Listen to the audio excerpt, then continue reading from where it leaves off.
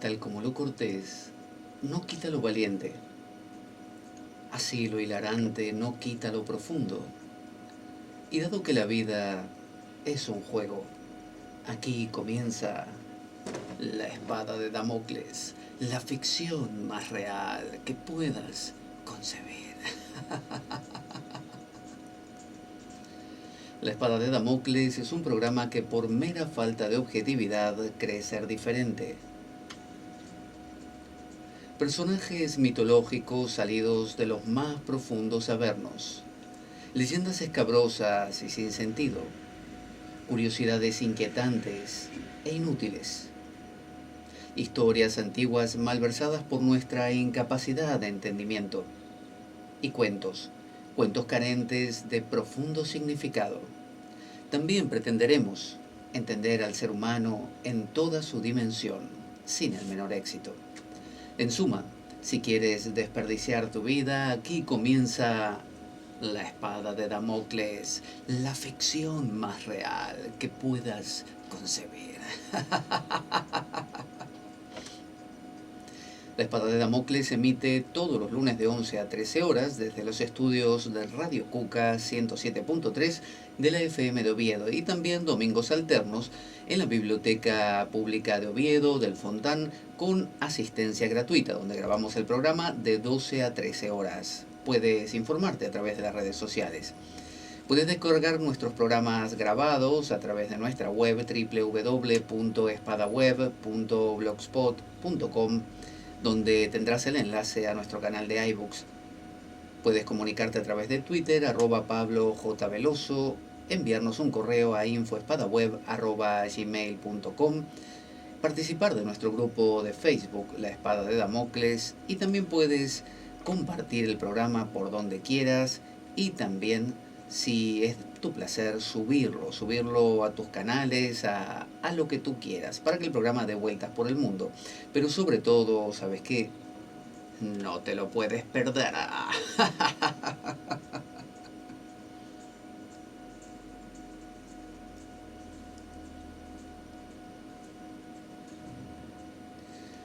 Buenos días de domingo. No, domingo no, que estoy diciendo lunes. Hoy es lunes por la mañana. Es que tengo sueño. Y cuando tengo sueño no coordino demasiado. Así que espero que el tema de hoy sea un tema entendible. Porque, porque bueno, tiene sus vueltas y es apasionante realmente de lo que vamos a hablar hoy. Usted se preguntará cuál será el tema candente que se está anunciando así con platillos y bombos. Bueno, básicamente de lo que vamos a hablar hoy es acerca de Dios. Vamos a llamar a este programa Dios existe y te lo demuestro. Vamos a emprender la ardua quizá tarea de demostrar la existencia de Dios. Así como le digo, se ha caído hacia atrás, espero que haya tenido una silla detrás, porque bueno, hoy vamos a demostrar eso, vamos a demostrar que Dios existe, que es una realidad. En la web, en internet y también en los medios escritos, muchas veces en las revistas y lugares donde se dan foros de conversación, hay discusiones eternas entre los creyentes y los ateos. Y los creyentes sostienen que existe un Dios que está por ahí por el cielo, que otorga dádivas a los creyentes, a aquellos que confían en Él, sobre todo si uno se porta bien, y que por otro lado los ateos dicen que eso es una gran tontería porque no existe ni la más mínima demostración fehaciente, la más mínima prueba de que, por ejemplo, rezando cierta oración, con denodado esfuerzo o reuniéndose en grupo a rezar, porque así dice la Biblia, que cuando varios se reúnan en el nombre de Jesús, ahí va a estar Él, y que si uno reza con intensidad y en grupo, también dice en otra parte, Dios concede todo. Entonces los ateos dicen, bueno, hagamos esas pruebas y veamos a ver si funciona. Y bueno, demuestran que no, que por más que recen, no sé, para que un pariente se cure de cáncer, no se cura. Entonces dicen, se dan cuenta, Dios no existe. Mientras que los creyentes aseguran que sí, que esa oración tiene resultados y si no los tienes por la voluntad de Dios, que tiene planes más profundos. Así que es un tema que viene desde muy antiguo y hoy en día los ateos como tienen un campo de movimiento que no tenían, por ejemplo, en la Edad Media, donde simplemente ser ateo no era una posibilidad, bueno, hoy se ha dado vuelta la tortilla y son los ateos los que se mofan de los cristianos, los acorralan o los persiguen a los creyentes. Así que lo que vamos a hacer hoy es acabar con esa discusión bizantina y nos vamos a centrar en demostrar la existencia de Dios. ¿Qué le parece? Así que vamos a ir a una canción que se llama Cuando pase el temblor. Es una versión en bossa nova de una canción de Soda Stereo. De manera que este programa va a ser un temblor, porque vamos a dilucidar. ¿Qué cosa, Filemón?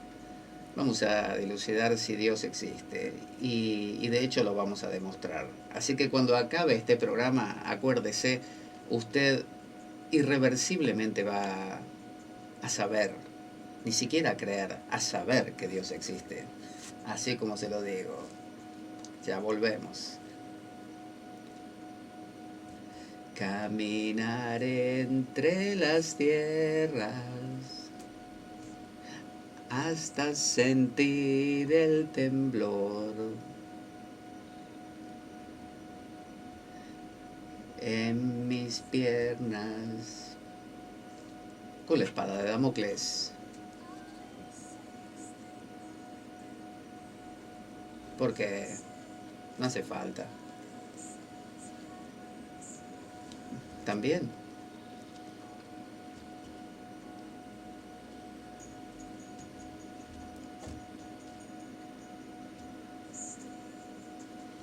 ¿Dónde estás?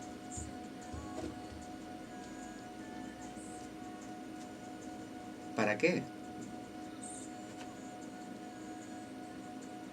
Ah, estás esperando.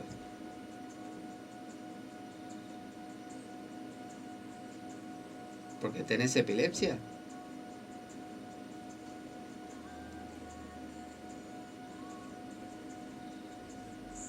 Ah, misteriosa. Oh, qué triste.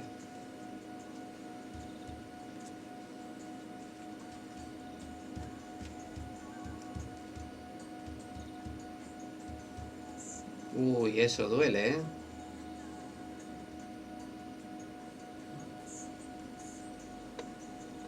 Bueno, debe ser este.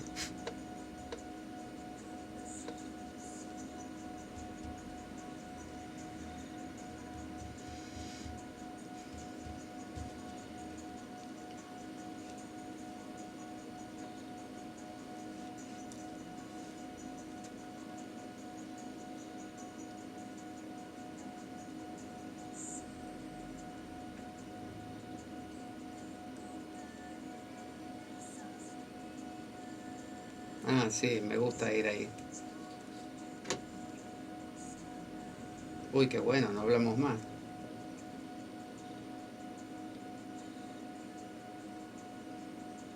Bueno, ¿así le llamás?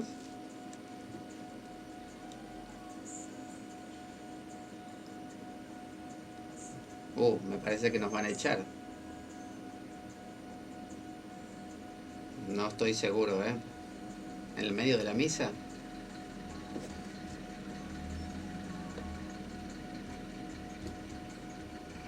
Ya me lo dijiste. Eso también.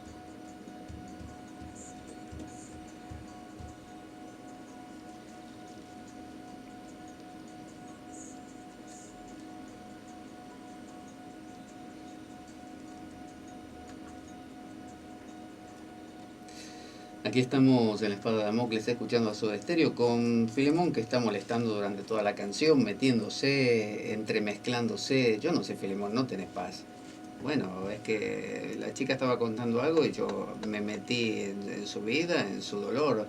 Yo hago empatía, soy empático. Bueno, me doy cuenta, me doy cuenta. Pero bueno, déjala cantar también, ¿eh? Vale, la próxima la dejo.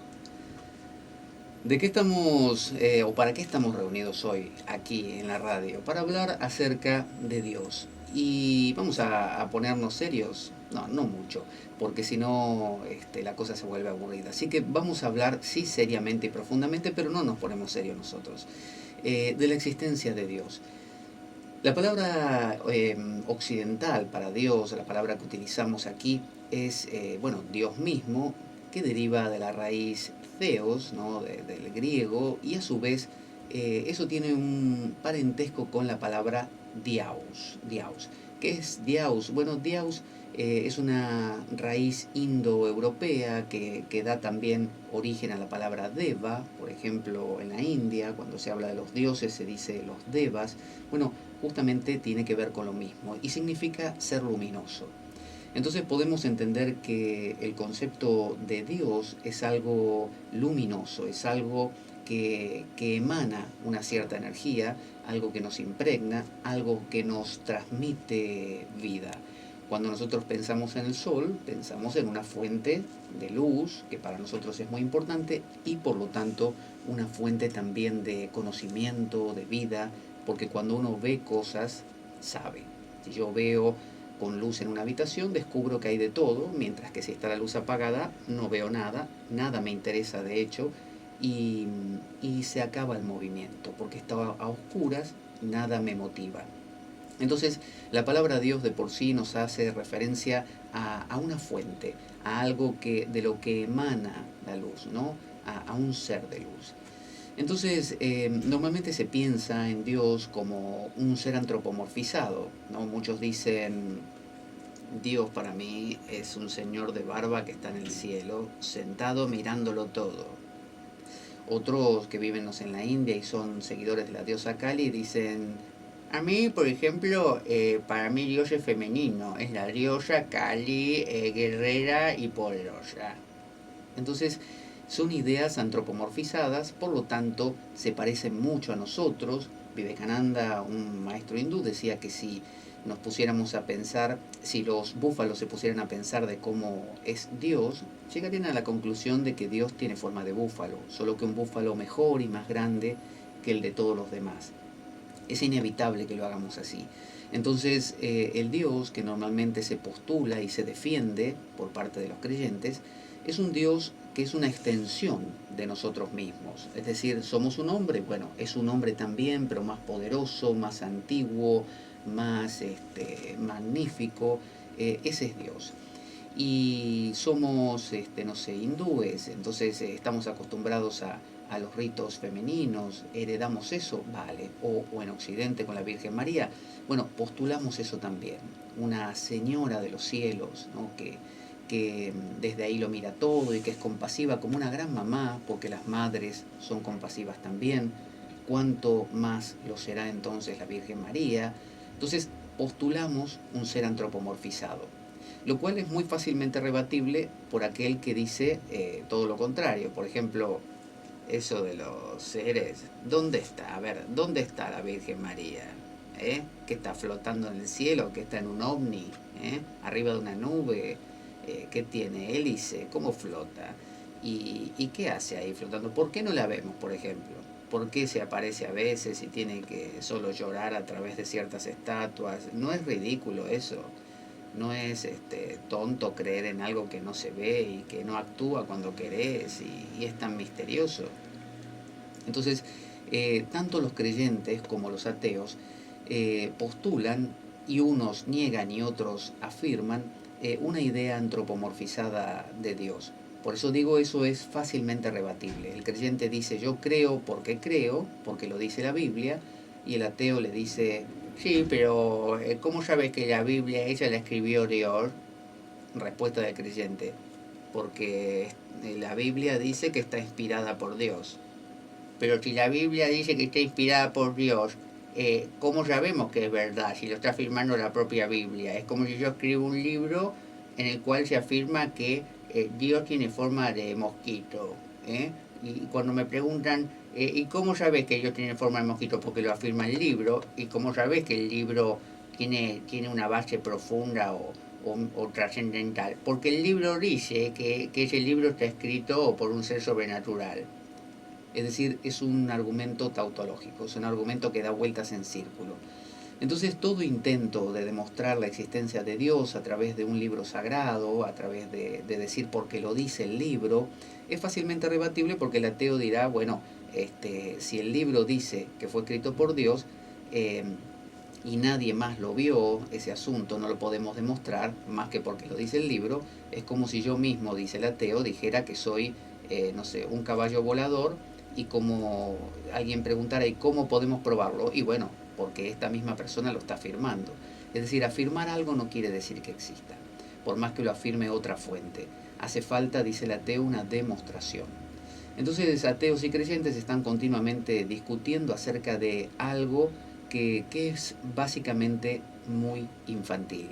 Entonces, nadie se plantea la existencia de Dios o la posibilidad de que ese Dios sea una otra cosa mucho más profunda e imposible de rebatir. Imposible de rebatir. Porque el creyente mismo, como es una mera creencia, lo que él sostiene, es una idea que generó, por ejemplo, la idea de Dios es un señor de bata blanca que vive en el cielo y tiene una barba larga y es un papá muy bueno. Bueno, en eso se puede empezar a creer un día y dejar de creer otro. Y el ateo puede un día enfadarse tanto con Dios y qué sé yo, que al final termina creyendo porque le pasó algo fuerte en su vida. Entonces van y vienen. Sin embargo, vamos a plantear a Dios como algo quizá mucho más profundo que esto. Cuando el ateo o el creyente postulan a un Dios concreto, voy a beber un poco de agua porque mi garganta, a un Dios concreto, a un Dios con cabeza, brazos y todo por el estilo, están postulando un Dios muy sólido, un Dios que tiene forma, un Dios que tiene estructura. Mejor, miren, vamos a hacer una pausa un segundito, de manera que beba un poco más de agua, porque esta garganta, así no vamos. ¿Qué pasa?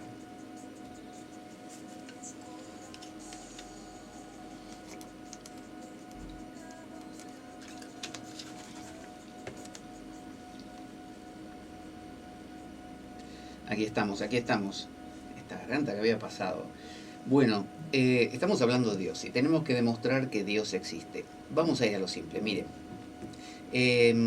Todos nosotros consideramos que existen cosas que no podemos ver, que no podemos entender y que no podemos concebir. Sabemos que existen cosas que se nos ocultan, cosas que están fuera de nuestra mirada. Por ejemplo, si yo estoy mirando en este momento, hacia los micrófonos, hacia la mesa de mezclas, sé que a mis espaldas hay algo que no veo. Y si alguien me preguntase, pero ¿qué es lo que tienes a tus espaldas? ¿Qué hay realmente? Y yo tendría que inventarlo, tendría que hablar en base a mi memoria, tendría que pensar para mis adentros. Bueno, yo me acuerdo que detrás mío había una pared, así que supongo que seguirá estando. Por lo tanto, la respuesta es que hay una pared. Es decir, hay algo que no estoy viendo. Entonces, en nuestra vida cotidiana hay cosas que son nítidas, ¿no? Que son concretas. Yo digo, esa mesa es una mesa, esa silla es una silla. Sin embargo, hay algunas cosas que son borrosas en nuestra vida. Hay algunas cosas que, por ejemplo, cuando yo miro la mesa, en el rabillo de mi ojo, en el borde, en el lateral, las cosas se desdibujan, son borrosas. Por lo tanto, no puedo explicarlas con mucha profundidad. Y si voy más allá del rabillo de mis ojos, ya no veo nada. Por lo tanto, digamos que hay tres cosas en nuestra vida cotidiana. Las cosas nítidas, que son las que estamos mirando, donde estamos fijando la mirada. Las cosas borrosas, que son las que están en el borde de nuestra mirada, que las podemos ver pero no las estamos fijando. Y las cosas inmanifiestas, que son las que no vemos. Ahora, esto también ocurre con el oído.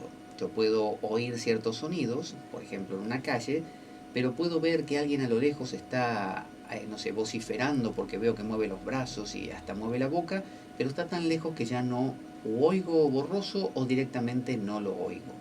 Entonces vuelven a ver tres cosas: lo nítido, lo borroso y lo inmanifiesto. Así también ocurre en mis pensamientos. Yo tengo pensamientos claros, por ejemplo, hoy a la tarde tengo que hacer tal cosa mientras voy caminando por la calle, o puedo ver a alguien que me hace pensar en algo y digo, ah, mira tal cosa. Sin embargo, entre esos pensamientos o entre el surgir y desvanecerse de esos pensamientos hay algo borroso, porque yo en el fondo no sé en qué momento me va a surgir un pensamiento determinado, cómo está surgiendo, no lo sé hasta que lo noto. Cuando lo noto es porque es nítido justamente. Mientras no lo noto, está como apareciendo, ¿no? Hasta que yo me dé cuenta, que sea suficientemente presente ese pensamiento como para que me dé cuenta, está borroso. Y antes de que yo note siquiera que está borroso, está en manifiesto. O sea, yo no me entero. Por ejemplo, en este momento son inmanifiestos para mí los pensamientos que van a aparecer dentro de una hora.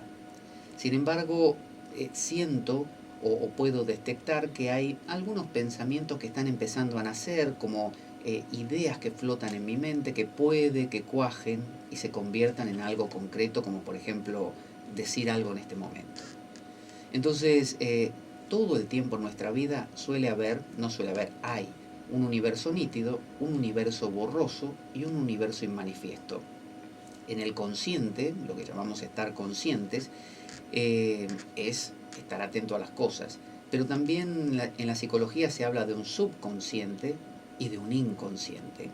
¿Qué es el subconsciente? Bueno, son justamente esos procesos que hacen que yo, por ejemplo, tenga ganas de comer algo dulce, pero no sé ni por qué, ¿no? Está ahí de fondo. Sé que hay como unas ganitas muy borrosas que en cualquier momento se van a convertir en tengo ganas imperiosamente, o sea, se van a volver nítidas, imperiosamente de conseguir algo. Y por otro lado, yo sé que hay de manera inmanifiesta un montón de tendencias que todavía no empezaron a aparecer en mí en ninguna forma, pero que en cualquier momento pueden empezar a aparecer, ser borrosas y luego ser nítidas. ¿Cómo lo sé?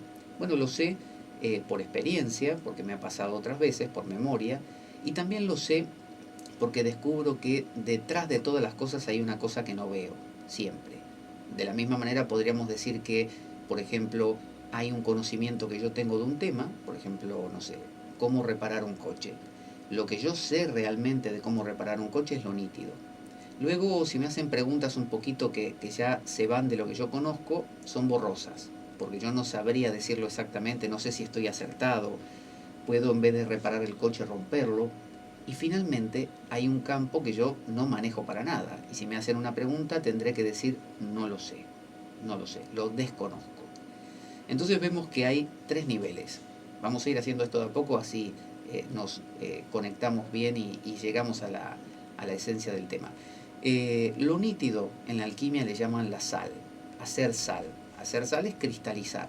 Cuando yo cristalizo algo, por ejemplo, yo afirmo, Dios existe. Eso es hacer sal, eso es cristalizar.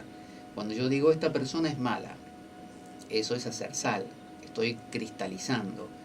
Como sabemos, un exceso de sal arruina una comida, ¿no? Un exceso de sal hace que la comida no se pueda comer porque directamente está toda contaminada por un sabor demasiado intenso que hace imposible comerlo, ¿no? O hace daño.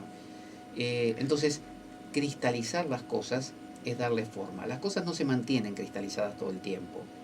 Por ejemplo, si yo estoy mirando una hoja de papel, esa hoja está cristalizada, está hecha sal para mí. Pero si yo giro la cabeza a otro lado, esa hoja ahora se desdibuja, se convierte en borrosa. Y lo que se convierte en cristalizado o en sal es, no sé, la pantalla del monitor. Sin embargo, lo que está detrás mío está inmanifiesto. O sea, ya dijimos, no lo veo. Pero lo intuimos. Hay una intuición fundamental en todos los seres humanos que hagamos lo que hagamos hay algo que se nos escapa. Es una sensación de limitación. Por ejemplo, yo digo, soy un físico matemático. Bueno, puedo saber y calcular todo esto, pero sé que mi mente es limitada. Por eso uso ordenadores potentes. Porque mi mente va solo hasta ahí. Lo que queda fuera de mi mente, lo que no puedo abarcar, es lo inmanifiesto o desconocido. Eso inmanifiesto, si yo me aplico a ello, bueno, puede que profundice en esa dirección, como el que es pintor y convierte lo que para otros es inmanifiesto, o sea, desconocido, en algo conocido para él. Sin embargo, él también tiene dentro de la pintura sus cosas borrosas y sus cosas desconocidas, inmanifiestas, porque llega hasta un punto. Entonces, digamos que en la vida hay ruido, sal, las cosas concretas, esta o aquella, y entre esas cosas concretas aparece la idea de Dios, que es una idea. ¿Qué es una idea? Bueno, es una concreción de algo, ¿no? un pensamiento de algo. Bueno, ese pensamiento, Dios cristalizado, Dios existe o Dios no existe, Dios es Jesús, Dios es Krishna. Bueno, eso es sal, eso es hacer sal, eso es ruido, ¿no? Es algo evidente, estoy haciendo ruido, estoy diciendo esto es, esto no es. Luego hay una especie de cosa intermedia entre el ruido y el silencio, como un murmullo. Bueno, eso es el medio, es lo borroso. Y luego está el silencio. Cuando yo apago una música que venía sonando durante un rato largo y hago ese silencio, siempre estuvo ahí, estaba detrás del sonido de la música. Bueno, ese silencio es lo que no podemos ver, lo que no podemos entender, lo que no podemos detectar, lo que no podemos sentir. Es todo lo insondable, impensable, inacabable, qué sé yo, no sé, lo que se le ocurra. Es decir, es algo que excede nuestra capacidad de abarcarlo. Y eso está siempre. Haga lo que usted haga. Siempre hay algo borroso, siempre hay algo concreto también, y siempre hay algo desconocido, inmanifiesto. Que como le digo, si yo me giro hacia atrás, voy a empezar a hacer manifiesto y nítido y concreto y sal aquello que hasta ahora es algo borroso para mí, algo impensable, ¿no? Inenarrable, todo lo que no se pueda definir. Entonces podríamos decir, por ahora como una hipótesis temporal, que ese silencio es Dios, que eso inmanifiesto es Dios, que eso insondable es Dios, que eso indescriptible, inenarrable, no sé, irrevocable, todo lo que no puede, ¿no? Todos los epítetos negativos, eso es Dios. Es decir, Dios sería aquella cosa que excede al ser humano. Todos entendemos que Dios es algo que es más grande, más trascendente, más inmanente. Uno de los nombres de Dios en la India es Bhagavan. Y Bhagavan significa el que, el que es más en todo. Entonces usted dice, por ejemplo, maldito. Sí, es el más maldito de todos. Tonto. Es el más tonto. Poderoso. Es el más poderoso. Tramposo. Es el más tramposo. Es decir, Bhagavan significa el más en todo. Entonces, la idea de Dios hace referencia a algo que nos excede. ¿Por qué tenemos una idea de eso que nos excede? No porque somos unos fantasiosos, simplemente porque es algo cotidiano. Todos nosotros sentimos que nuestro conocimiento llega hasta un sitio, hasta un punto, y más allá no está. Todos sabemos que nuestro campo visual llega hasta un punto, todos sabemos que el campo auditivo, todos sabemos que nuestro umbral de placer o dolor llega hasta un punto. Por ejemplo, si a mí me acarician de una manera determinada, lo siento, es nítido. Si me acarician más suave, se vuelve borroso. Si me acarician extremadamente suave, no lo siento, es inmanifiesto. Entonces, todos sabemos por experiencia, por analogía, que existe algo que nos excede y que se nos escapa siempre. Entonces, no podemos definirlo a menos que lo hagamos concreto. Y cuando lo hacemos concreto lo convertimos en sal, lo llevamos a otro campo. Y en ese campo es donde es rebatible. Si yo lo hago sal y digo se llama Jesús, lo hago sal y digo se llama Kali, lo hago sal y digo no existe, bueno, habrá otro que diga exactamente lo contrario porque hace sal de otra manera y nos pelearemos a ver quién gana. Y según cuántos seamos de cada bando, ganará el que sea mayoría. Y es una lucha eterna, porque siempre habrá gente que aparece, que dice, apoya uno u otro punto de vista. Por lo tanto, existe un universo nítido, existe un universo borroso y existe un universo inmanifiesto. Y fíjese que todo lo que nos da placer en la vida, porque cuando uno piensa en Dios, se supone que Dios es el mayor bien, es el amor, es el placer supremo. En la India le llaman Krishna, ¿no? O Rama, el gran atractivo, ¿no? La fuente del placer. Por lo tanto, son nombres que hacen referencia a que Dios, el ser de luz o la luz, ¿no?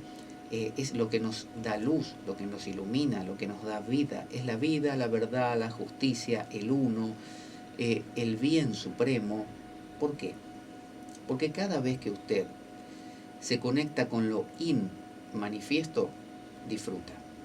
Fíjese, cuando usted va, no sé, a un lugar, a un sitio donde hay un paisaje maravilloso y queda anonadado con ese paisaje, por unos momentos usted entra dentro del mundo inmanifiesto, usted no hace sal, no dice esto es esto, aquello es aquello, qué maravilloso, no dice nada, quedó impactado. Durante esos momentos que quedó impactado, usted está en un estado totalmente inmanifiesto. Luego empieza a ponerse borroso, es decir, empieza a ver algunas formas y usted dice algo como, por ejemplo, qué beso precioso que me diste. Entonces, hay siempre un fluir en la vida cotidiana entre lo nítido, lo borroso y lo inmanifiesto. Cuando usted va al casino y apuesta un buen dinero a un número y echan a rodar la bolita en la ruleta, en ese momento el mundo ¿cómo se vuelve? Inmanifiesto, porque todo queda suspendido. Ahí no hay familia, no hay responsabilidades, no hay casino, no hay nada, no hay filosofía. Lo único que hay es una bolita girando y usted con su mundo suspendido. Luego esa bolita empieza a encajar, encaja en un número y en ese momento el universo empieza a ponerse con alguna forma borrosa y usted empieza a darse cuenta que no salió, perdí, pero qué cosa. Es decir, usted hizo sal. Cuando usted hizo sal, se le fue lo inmanifiesto. Duró mientras usted quedó anonadado.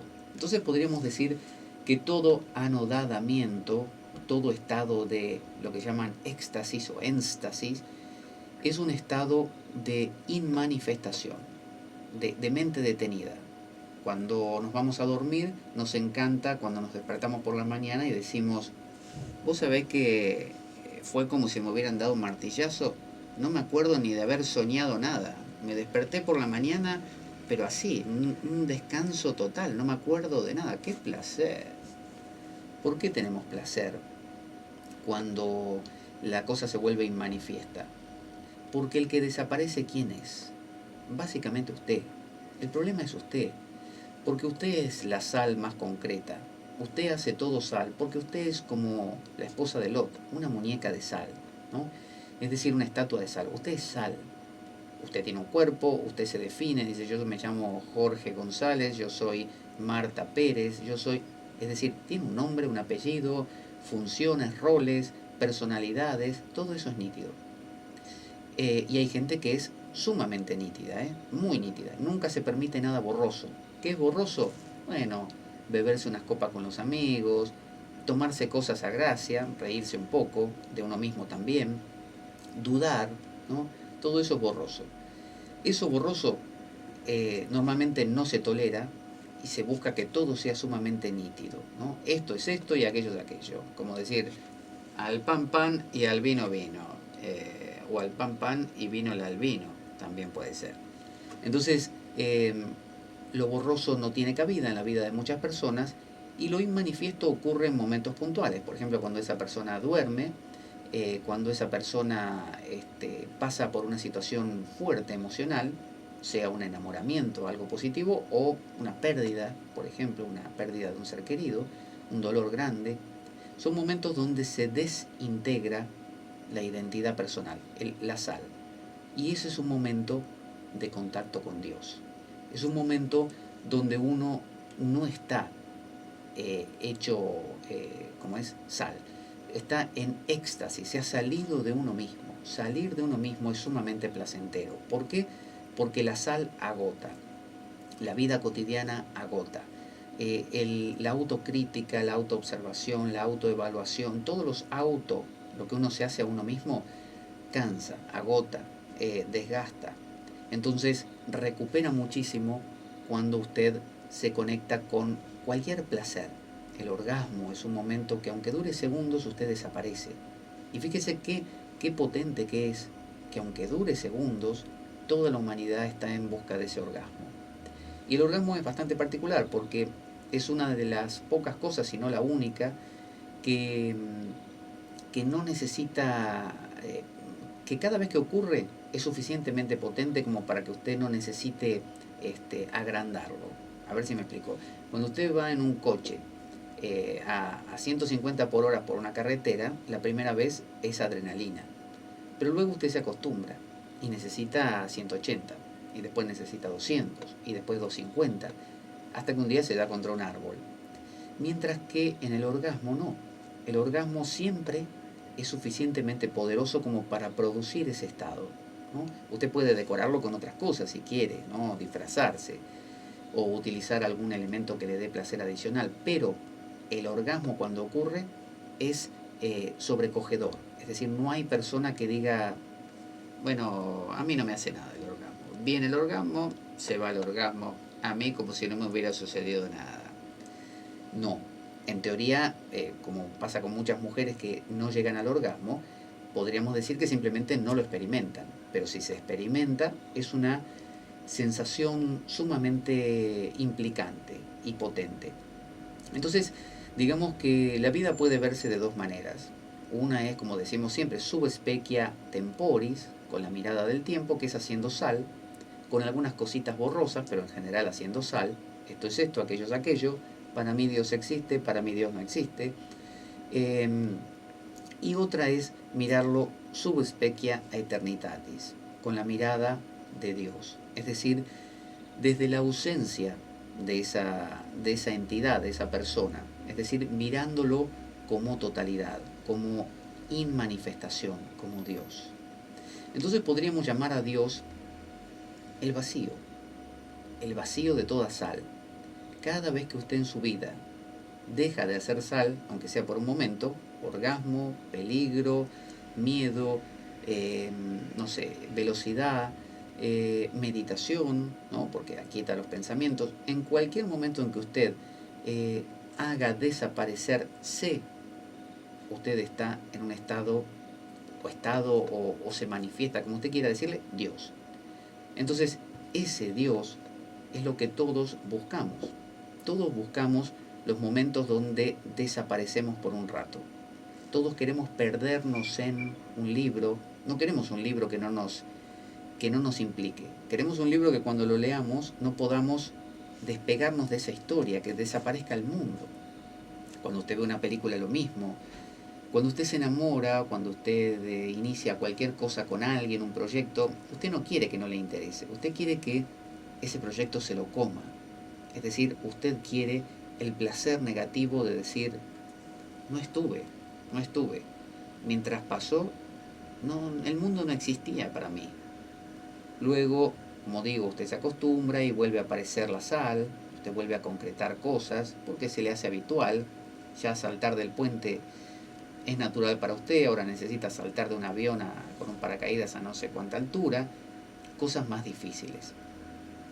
Entonces fíjese cómo, por ejemplo, los rituales son una manera de acercarse a Dios, a ese Dios que estamos planteando, un Dios, podríamos decir, filosófico, no refutable. ¿Por qué?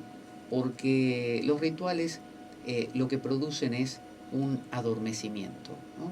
Generan un ritmo, ritual viene de ritam, ritmo. Entonces cuando usted realiza cualquier ritual, sea cantar, rezar, no sé, un rosario. Usted dice, Dios te salve María, gracias Señor contigo, eso, sumado al ambiente que usted crea, con otros a veces, va produciendo un ritmo especial, un aquietamiento de los pensamientos, o sea, de la sal. Usted ya no hace tanta sal, entra en un mundo borroso, donde lo único que escucha son las letanías de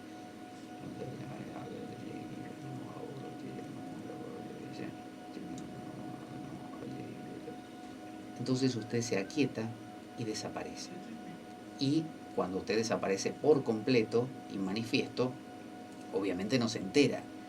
Usted cuando quedó impactado por un paisaje no se entera hasta que empieza a reaccionar. Empezar a reaccionar es lo borroso y finalmente reaccionar es lo nítido.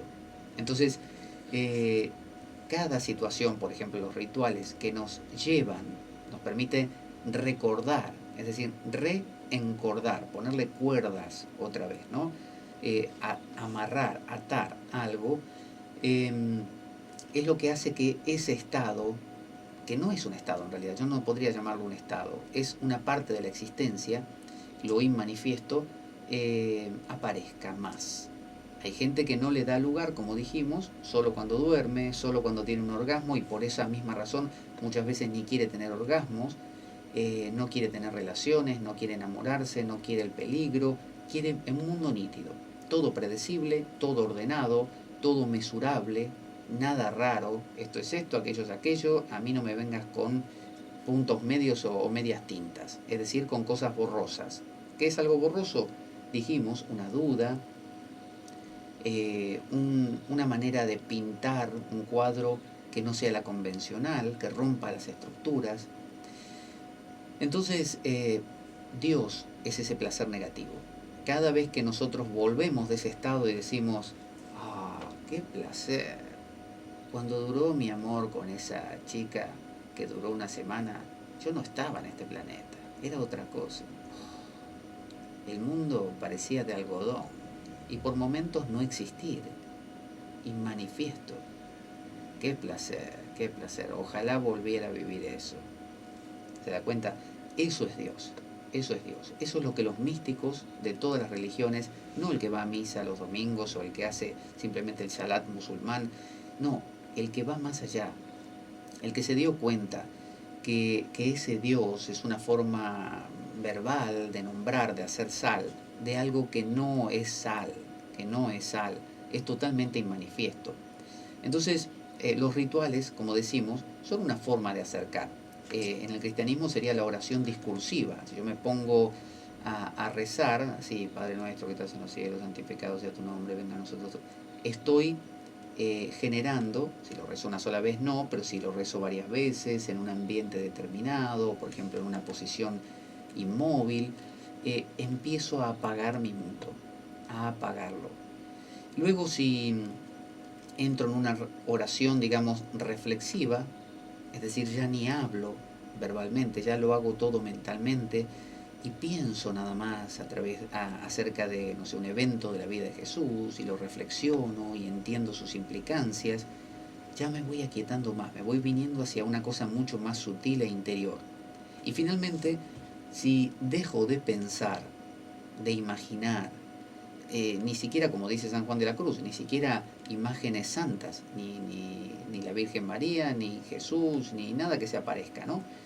Lo que sea que aparezca se descarta.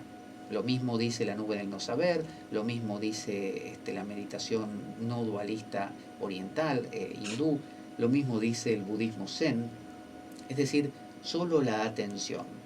A eso se le llama oración contemplativa. Eso sería lo más cercano a conectarse con lo inmanifiesto. Es decir, simplemente es un ejercicio de aprender a apagarse. El mismo placer que usted obtiene apagándose, volviéndose primero borroso y quizás llegando a lo inmanifiesto y después volver a lo borroso y después a lo nítido, pero con esta experiencia, esto ocurre en cada momento de su vida y los místicos lo han propiciado y por eso han creado métodos como por ejemplo el ritual, la oración discursiva, la reflexión, una oración meditativa más interior, que esto sería en Oriente, no sé, los chakras y visualizar cierta diosa que hace cierta cosa con otro dios y un mantra y colores y finalmente entrar en el campo del silencio total. Entonces, si yo dijera ahora, sí, pero para mí Dios no existe, pero ¿a qué te referís con Dios? Dios, lo que entendemos todos por Dios, el que te ayuda cuando tenés problemas, te perdona los pecados, el que te castiga cuando te portás mal, el que hace milagros, que vos lo podés llamar para que te ayude en una cosa extrema, el que sacó a Moisés del pueblo de Egipto y a los judíos, y todas esas cosas. Sí, pero no existe una concepción de Dios solamente que se remita a eso. Dios excede, es muchísimo más que todo eso, querido Filemón. ¿En serio? Sí, deja que te lo explique Pablo. Bueno, gracias. Eh, de eso se trata. Si yo remito la idea de Dios a sal, Bueno, entonces diré, Dios es el Dios de los judíos, el Dios de los musulmanes, es Alá, es Jehová, es no sé, Brahman o Vishnu, mejor dicho, o Shiva. Y bueno, nos pelearemos a muerte. Y otros dirán, no, para mí eso es una tontería de niños, un cuento de niños, no existe. Entonces así estarán eternamente discutiendo, cada uno argumentando con sus sales. Uno dirá, mira mi sal, este libro sagrado. El ateo dirá, esta es mi sal, la ciencia, ¿no? Y te demuestro que no. Es decir, negar a Dios, al Dios del que estamos hablando nosotros, al Dios como silencio, a Dios como lo inmanifiesto, a Dios como lo que no percibimos, a Dios como lo que se nos escapa, es negar, si lo negamos, es negar algo que es una evidencia cotidiana, que todos nosotros tenemos. Todos nosotros tenemos ese silencio, lo percibimos, lo necesitamos y lo gozamos. Todo gozo de nuestra existencia es una ausencia de presencia, una ausencia de sal, una ausencia de yo. Si yo en este momento me absorbo en lo que estoy haciendo lo suficiente como para que Pablo, yo ni me acuerde de Pablo, es un placer entonces para mí. Pero si yo me estoy acordando de mí y estoy constantemente diciéndome para mis adentros mientras hablo, lo que estás diciendo no tiene sentido. ¿Qué estás diciendo? Pero si eso no corresponde. Aparte estás hablando muy lejos del micrófono. Tenés que acercarte más porque si no el sonido no sale bien. Y además yo te dije el otro día que, se da cuenta, si yo estoy hablándome, me estoy haciendo nítido, me estoy haciendo sal, me estoy coagulando. En cambio, si yo me permito vivir un poco más borroso, es decir, ser más llevadera mi vida, no ser tan autoexigente, autocrítico, auto todo, bueno, voy a poder acercarme a la ausencia de yo, al silencio, pero no una ausencia de yo constante. Si usted no hace sal nunca, no puede relacionarse, no puede trabajar, no puede hacer nada. Usted necesita hacer sal. Pero si usted hace sal todo el día, entonces le va a faltar despegue, le va a faltar sublimación, le va a faltar, ¿sabe qué? El mundo abstracto. Usted va a ser una persona concreta, ¿no? Como en la película esta, Los Guardianes de la Galaxia, hay un personaje muy gracioso, muy fuerte físicamente, pero que no entiende las metáforas, ¿no? Por ejemplo, otro de los personajes le hace el gesto de cortar la cabeza, de matar a alguien, que es el gesto de que uno con un dedo índice atraviesa el cuello propio de un lado al otro en el aire y con eso le indica al que tiene enfrente que está refiriéndose a morir, ¿no? Pero, pero el otro, el de la película, no lo entendía, como no entendía las metáforas, para él era un dedo cruzando un cuello. No podía entender que eso significa otra cosa. Bueno, esa capacidad de que esto signifique otra cosa se llama abstracción. Entonces, quien vive en un mundo nítido es el que dice, mira, para mí Dios, para convencerme de que existe, me tiene que mostrar que aparezca acá delante mío.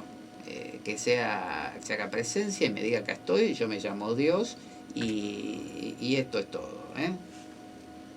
Eso es hacer sal. Eso es tan necio como decir, bueno, no hace falta llamarlo a Dios, querido, porque Dios se aparece cuando quiere, porque así lo dice la Biblia. Las dos cosas son afirmaciones nítidas. El científico que quiere pruebas, y el creyente que dice que esas pruebas Dios no las da a menos que Él quiera, porque así lo dice el libro sagrado. Pero ninguno de los dos contempló la posibilidad de abstraerse de eso tan concreto y tan nítido y entender que quizá el silencio verdadero, el silencio que tienen cada uno de ellos detrás de sus, entremezclado con su vida cotidiana, eso es Dios. Eso es Dios. Cuando Moisés se acercó al monte Sinaí y le preguntó a Dios, ¿quién eres? Dios le dijo dos respuestas. Soy el Dios de Abraham y de Jacob, como diciendo, esto es sal, por si te preguntan por sal, pero también le dijo, yo soy el que soy, como diciendo, soy el indefinible, el inabarcable, el inacabable, el omnipotente. Entonces Dios es la eternidad, es decir, aquello que no podemos medir, el tiempo infinito. Nosotros podemos pensar en cierto tiempo, medir cierto tiempo, pero siempre hay algo que se nos escapa, que había antes del tiempo, ese tipo de cosas. Dios es el silencio también, que existe detrás de todo nuestro ruido, de toda nuestra sal. Dios es la omnipresencia. Es decir, nosotros podemos estar presentes en algo, en cierto lugar. Yo estoy aquí, estoy atento a esto, pero no puedo estar atento a otras cosas, porque no estoy. Bueno, ese no estar es un desconocer para mí. Ese desconocer es el desconocer que lo impregna todo, menos lo que estoy mirando. Por lo tanto, esa omnipresencia de lo desconocido para mí, de lo inmanifiesto, es Dios. También la omnisciencia, porque ese Dios, eso inmanifiesto, es la potencia de la cual nace todo lo manifiesto. Por ejemplo, de ese silencio nace cada nota musical que va a conformar una canción. De ese inconsciente mío empieza a surgir un subconsciente borroso y luego un consciente nítido donde aparecen cosas. Por lo tanto, ese inmanifiesto es omnisciente porque no tiene ninguna limitación de esto o aquello. Es la ausencia o el no saber, podríamos decir, de todo. Pero también lo podemos, fíjese, postular como el amado. Como el amado. ¿Por qué no? Si uno, imagínese la gente que es adicta, por ejemplo, a la cocaína. Ricky Martin hizo esa canción que decía, ella es María, blanca como el día, pero es veneno si te quieres enamorar. 1, 2, 3, un pasito para adelante, 1, 2, 3, un pasito para atrás. Dicen que se refiere a la cocaína. Y muchos otros han compuesto canciones a la cocaína, a la heroína y a otras drogas. ¿Por qué? Porque esas drogas han sido su modo de encontrar ese silencio. Mientras están bajo los efectos de esa sustancia, no hay yo. Sea por una adrenalina máxima como la cocaína, sea por ser un alucinógeno, sea por ser un narcótico, no hay yo.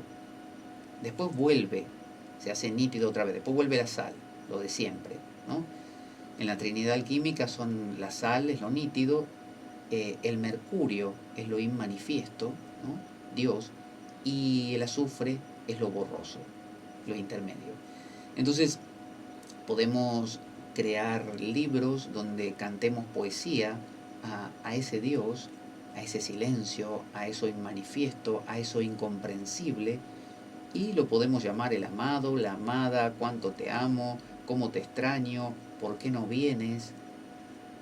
De la misma manera que cantaría, no sé, Andrés Calamaro a la cocaína también.